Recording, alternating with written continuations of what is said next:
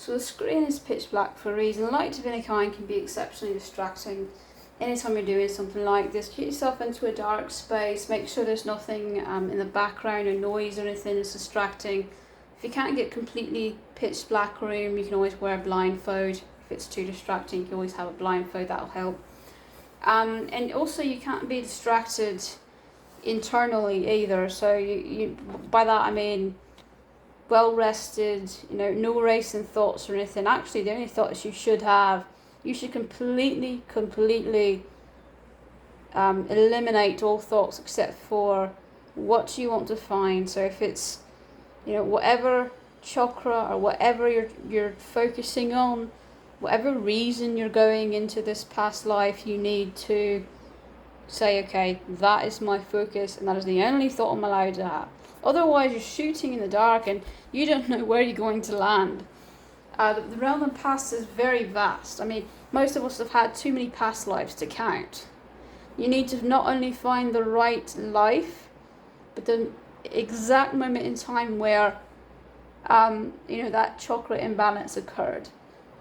Most often than not, we're not going through past lives just to address fears and things.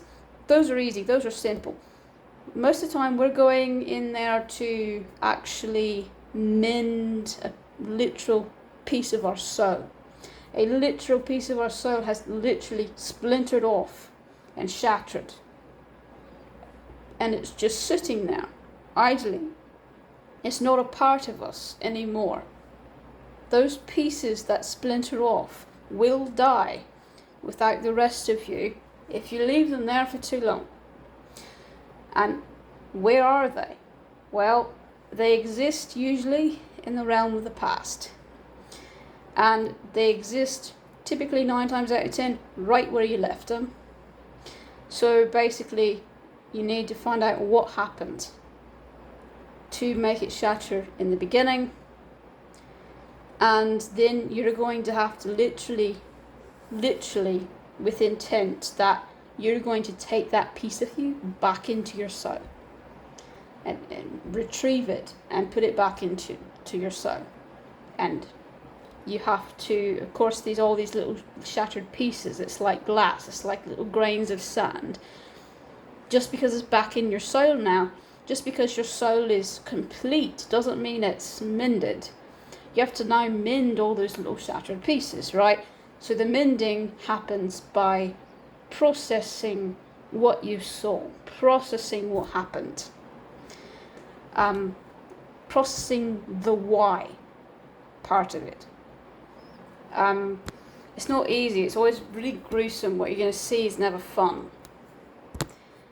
And a lot of people like to bring their assumptions and their predictions into what they think they're going to see next, whether for good or for bad, whether they want to see it or whether they just think that that's what's going to happen. You cannot do that. You have to be completely objective. Otherwise, you will only see a lie. And when you're doing past lives, it's very important that you see every detail of the truth. If you're going in and seeing lies, you're going to get nowhere. So you have to come into what we call hollow.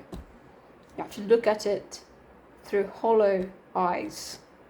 No assumptions, no predictions, no wants, just the truth.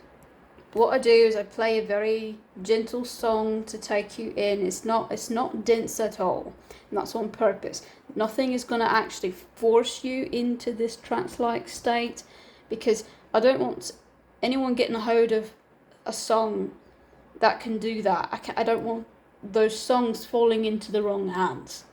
And so the song's not going to force you into that state. It's just going to lightly invite, and you have to do the rest. A lot of us find helpful if we can get ourselves physically dizzy, but you're going to not stand up, sit down or lie down, and make sure you can't fall on anything. Make sure there's nothing you can bump your head on, bump into if you do that. Make sure it's in a safe way, because you will fall. When you do this, your spirit's literally leaving your body and traveling into the realm of the past. And you can get stuck there any astral projection on any realm. You can get stuck in any realm, including the past. If you lose that tether to the physical realm, to the current realm, then you literally either become a vegetable, well, not literally, but you either become a vegetable, you don't move at all, or you get sent into the insane asylum because you lose track of reality in the current life. Actually knew somebody like that. She's still there. No one could shake her out of it. So if you go too deep, that can happen, and usually that happens because whatever brings you back, and for this it's always going to be the rattle.